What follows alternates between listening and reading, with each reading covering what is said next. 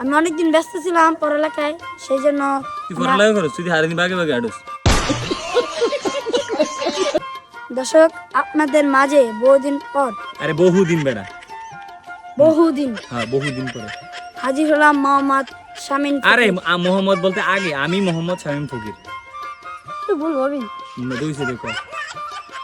আজকে হাবিব ভাইয়া আমাদের সাথে রয়েছে রাব্বি ফকির, আর আমাদের সাথে আরেকজন এসেছে জিসান আরব ফকির। গানা আর একজন।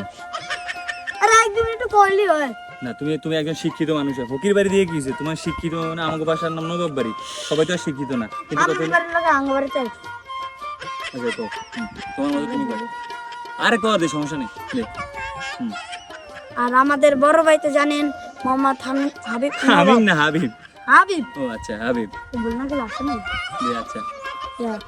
আমি অনেকদিন ব্যস্ত ছিলাম পড়ালেখায়, সেই জন্য তুই পড়ালেখা করছ, তুই হারিদিন বাগে বাগে আডস।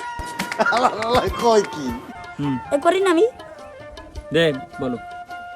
আচ্ছা মেন কথাই তো বললি না।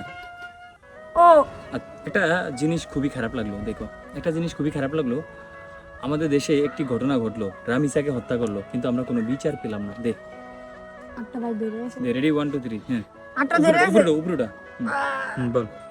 আমরা বিএনপি সরকারকে বলতে চাই যে এই হত্যার অনবিচার করেন না কেন, নাহলে আমরা ঈদের পরে মাঠে আন্দোলন করব।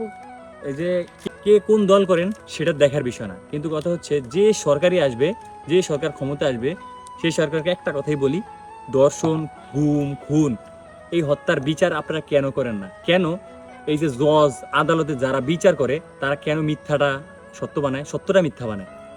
এটার হিসাব কিন্তু মহান আল্লাহ তাআলার কাছে দেওয়া লাগবে। অতএব কে কোন দল করেন দেখার বিষয় না। ভিডিওটি যারা দেখতেছেন আপনাদের কাছে যদি ভালো লাগে অবশ্যই শেয়ার করে দিবেন, আর এই ভিডিওটা যদি যারাই দেখেন তারা অবশ্যই যার যা জায়গা থেকে এই দর্শন খুন গুম এর প্রতিবাদ করবেন। আমিও একটা দল করতে পারি, কিন্তু কথা হচ্ছে সোজা, প্রথম হচ্ছে আমাদের ইসলাম, তারপরে হচ্ছে যেখানে অন্যায় হবে সেখানেই প্রতিবাদ হবে। ঠিক আছে, যাই হোক ভিডিওটি হয়তো আপনাদের কাছে ভালো লাগতে পারে, খারাপ লাগতে পারে। আমার ব্যবসায়িক কাজের মাধ্যমে ভিডিও করার চেষ্টা করি। তো ভালো থাকবেন, আবার নতুন নতুন ভিডিও পেতে আমার পেজটি ফলো করে পাশে থাকবেন।